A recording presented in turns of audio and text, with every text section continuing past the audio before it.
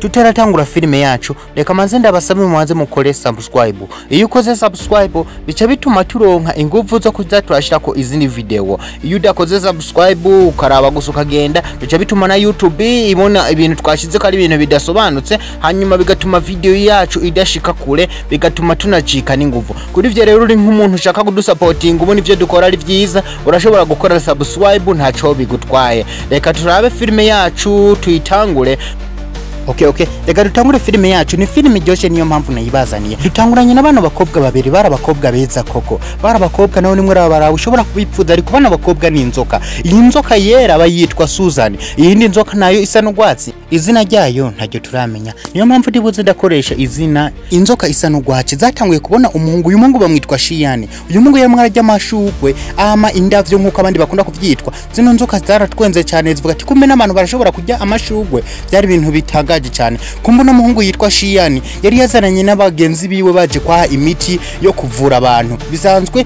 bakora akazi ko kuvura barimwe barurira imisozi ya nzoka isa n'ugwatsi yaje ikanga wa muhungu Shiyani yagize ubwoba bwishi cyane ino nzoka n'inyakavuyo yaje imutera ubwoba wa muhungu acengenda korokera mu mazi ariko wa mukobwa wundi ya nzoka yera ntiyigeze byishimira ivyo mutoya wiwe akoze yahise igenda yihindura imwishusho y'umuntu ica yinjira mu mazi kugirira bigiye tabare ujya muhungu yatanguye kunywa amazi bana inzoka yahise musoma imuhibizu iti mwongereza impemo umungu yaratangaye cyane inzoka yitiragenda umuhungu baramushituwe bamukura mu mazi yatanguye kubaza umukobwa yantaba yari hehe ariko abagenzi bewe bose barumiwe uguye mu mazi amasegonda abiri utanguye kwimvira ibintu by'abakobwa reka ibintu by'ubusutwa rwana tugende barafashe urugendo kugira batahe hano naho ku ruhande batwereka master n'umunyeshuri wiwe bari baje muri cyaro mu kijiji kugira bagende kwirukana amadayimoni ama imyuka mibi kuri ivyo rero bari bagiye mu caro babona wa muhungu Shiyani hamwe n'abagenzi biwe bavuye gusaba gutora imiti baca babasaba lift kubera bano ba Shiyani aho bari bagiye niho uno mu master n'umunyeshuri wiwe bari bagiye ariko yanzoka ahantu yicaye iguma yibuka uburyo yamuhaye ibizu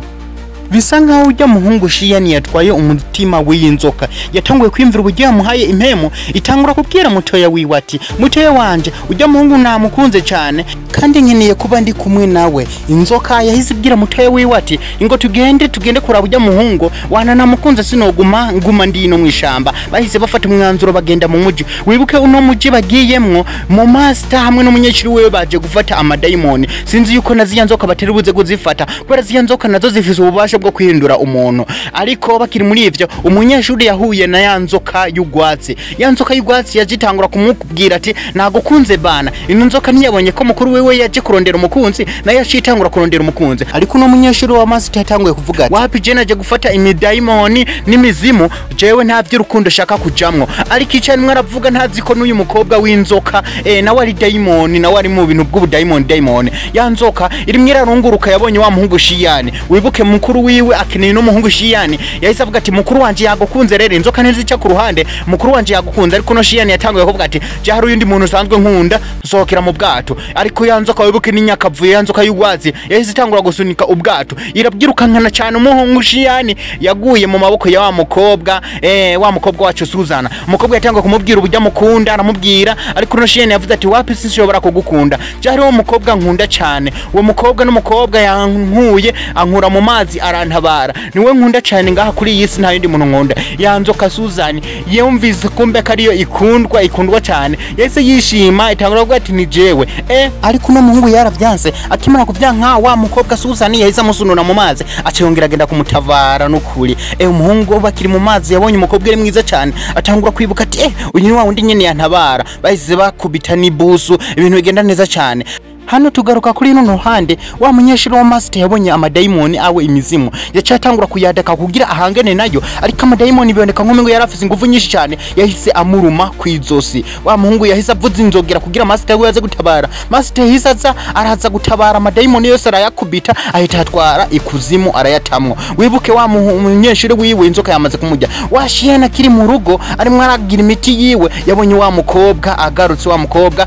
Susan yaciye aza atangura kuvuga ati n'ukuri ndagukunda bahise batangura kubana nk'umugore n'umugabo wa muhungu wa munyeshuri nawe yatanguye guhinduka idayimoni w'iki dayimoni ryaraye yari muriye mwijoro yatanguye guhinduka nk'ipepo umwuka mibi umuhungu biramutangaza cyane atangura kubona ata bundi buzima afise acafata umwanzuro wo kugenda kwiyahura kubera ntashaka yuko yobaho ari nk'idayimoni ariko wa mukobwa inzoka isa n'ugwatsi yaraje asanga rimwe ariyahura atangura kuvuga ati kubera ko ugomba kwiyahura kubera iki no mungu yatangura kuvuga ati Jesse shaka yuko ushobora kubaho nk'idayimoni ngo ndoze ndahohotera abantu ariko no mukobwa yatangura kumubwira ati umuntu wese aba idayimoni simpaka ngazara hohotera abantu ashobora no kwikontorora umukobwa yabonye imengo ibintu meze nabi cyane yaciye atangura kumwiyereka amubwira ati nange idayimoni ubona ne ntabayeho neza ubona ninjye abantu ubona ntesha mu mutekano abantu mubi batwerekwa mu master ahantu ari yatanguye kubona abagwayi ari beshi cyane amadayimoni arimwe arica abantu beshi cyane master yarabiravye biramubabaza cyane amadayimoni arimwe aragerageza kuyagwanya ariko abona umengo ntahera wa muhungu wacu Shiyani arimwe arahuha imiti umugore wewe Susan yanzoka yera yararavye ivuga ati no mitu n'umugabo wanje namwarakora ntaco ishobora kuvamwo yagiye atangura kongereramwo yongezamwo ibirungo kugira ino miti ishobore gukiza abantu kubera abantu mu caro ama mu muji barimwo barapfa uno Susan wacu asanzwe afise umugenzi w'imbeba ino mbeba yatanguye kuvuga ati Susan kuri muronuna impemo zawe ntuhava ubona bikovye kumera nabi ugasanga urabuze ubuzima bwawe kubera urimo urafata inguvu zawe uzishira muri iyo miti no mukobwa yavuze ati umugabo wanje ishaka ivyo akora byose bishobore gucamwa ino nzoka ni inzoka nziza batanguye gutanga imiti umugabo Shiyana arakora imiti kavura abantu bagakira abantu batanguye kuza ari beshi ariko wa mu master mukuru yaraje atangura kubona umujya abantu banyoye imiti baza barakira biramutangaza cyane atangura kubaza uno Shiyana aramubaza ati mbega ino miti urumwe urayikora wayikoze wenyine nta muntu numwe mwari muri kumwe uno Shiyana acavuga ati umugore wanje niwe yamfashije gukora ino imiti irakora cyane neza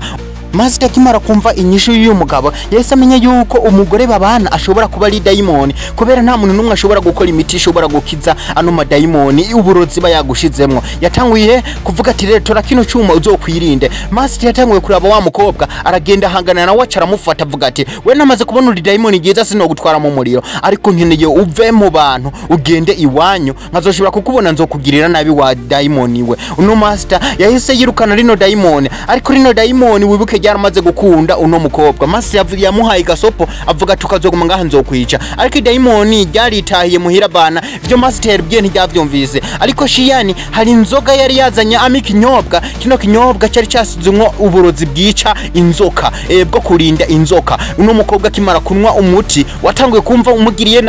nabi cyane kumbe ni Master yakoze kano gakodyo kugira uno mukobwa ashobore gufatwa umukobwa yagiye yifungira mu cyumba kugira umugabo ntabone y'uburyo ahinduka inzoga umukobwa byaramunaniye kwikontorora atangura guhinduka inzoka akirimwe arahinduka inzoka wa mu Master wacu mukuru yahise aza kugwana n'inzoka za kuyigwanya batangura guhangana inzoka nayirahambaye ariko wa muhungu wacu Shiyani yahise ajomba ino nzoka cacuma wa mu Master yayihaye kino cuma iyo bakijomvye ino nzoka bituma ndashobora kwihindura tena ngishobore kuba umwana w'umuntu umuhungu yayijomvye icuma atazi yuko ari umugore wiwe ari mwarajomba icuma umukobwa yasubiye mwamwe ni wabo umwe wanzoka itangura kumubwira ati gushobora kongera guhinduka nk'umwana w'umuntu sichobora guhinduka ariko wa Shiyani yatanguye kubaza Master umugore wanje kijya kiyo kaco baca muriye kubera katabone mu ndabona ariko Master yavuze ati ijya nzoka niyo yari umugore wawe bana ijya nzoka niyo yari umugore wawe Shiyana kimara kuvyumva yacitse intege nyinshi cyane yarabanye n'umuntu atazi yuko ari inzoka Master yongera mubwira yuko ujya mukobwa dazoshobora kongera kuba umuntu ariko yambeba imwe ikundana na wa mukobwa Susan yatanguye kubwira uno mugabo ati niba ujya mukobwa koko wamukundaga hariho umuti urahantu mu munara uwo muti niwo ushobora guhujya mukobwa hanyuma agashobora kuronka ubushobozi bwo kuba umwana w'umuntu kubera hajyari ntashobora kongera kuba umwana w'umuntu Shiyani yari yahuye agenda aho hantu ngo hariho amadayimoni menshi cyane yaramwatatse ariko Shiyani yagwaniye umutima karawuronka Master hamwe n'abandi bantu baza gutabara umuti bahise bawuha yambe bihiti ushira wa mukobwa Susan ivuga ati muhungu yitanze aragukuronderera umukobwa kimara gukira yaciye yataka Master arazi yuko Master ari wakora ibintu by'ubujinga byose arazi yuko Master ari washaka uno muhungu ntibabane neza yaratatse Master hanyuma azana wa muhungu Shiyani atangura kuvuga ati nagarutse ariko no Shiyani ntiyibuka umukobwa byaramutangaje cyane we urinde umukobwa byaramutangaje cyane umugabo we yamwibagiye umukobwa yararakaye atangura kubaza Master uno mugabo wanje wamukoze biki umugabo kumbe inyuma yatanguye kwibuka umugore wiwe ariko umugore yarakaye yatanguye kugwanya Master umugore ni dayimoni nyene akeneye kurwana na Master byaragwanye n'uyu mugore. Umugore baragwana na Master, ariko Master yahise yubaka uruzu ruhambaye cyane rw'imbaraga zidasanzwe ahita afungirayo umukobwa bamufungiye muri urwo ruzu kugira azoshobore kuvamwo. Ariko wamuhungu Shiyani kubera yakunda umukobwa cyane yagumyeho agumaho. Yanzoka nahise n'ugwatsi yabaye umukunzi na wa munyeshire wa mwarimu, barabana cyane, ni pepo nziza nyene ni jini giza. Wa Master kimara kubona kumengo wa muhungu Shiyani yarize ibihe byinshi, yahise aza akurayo wa muhungu wa mukobwa mu gifungo bari bamushizemwo. Umukobwa yongera abana na Shiyani, ubwo umukobwa Nzoka hamwe na Shiyani bagomba bibanireho ibihe byose bidashira. Ije nakubwira coco, wakunze ino video cankwe utayikunze, udukuriye akantu kaga subscribe niko gahambaye cyane. Icyo nakubwira coco uri muntu usanzwe ukunda ifilme nkenizi, ukabukunda akazi nkora, ukabushaka nzoze ndakuzana ifilme zimeze nkenize. Iyo ukoze subscribe bica bituma ndonka ingufu nyinshi cyane. Subscribe imwe yawe ishobora gutuma nze ndashiraho video za buri munsi. Laba ukuri subscribe ikuvuye ku mutima. Bye bye.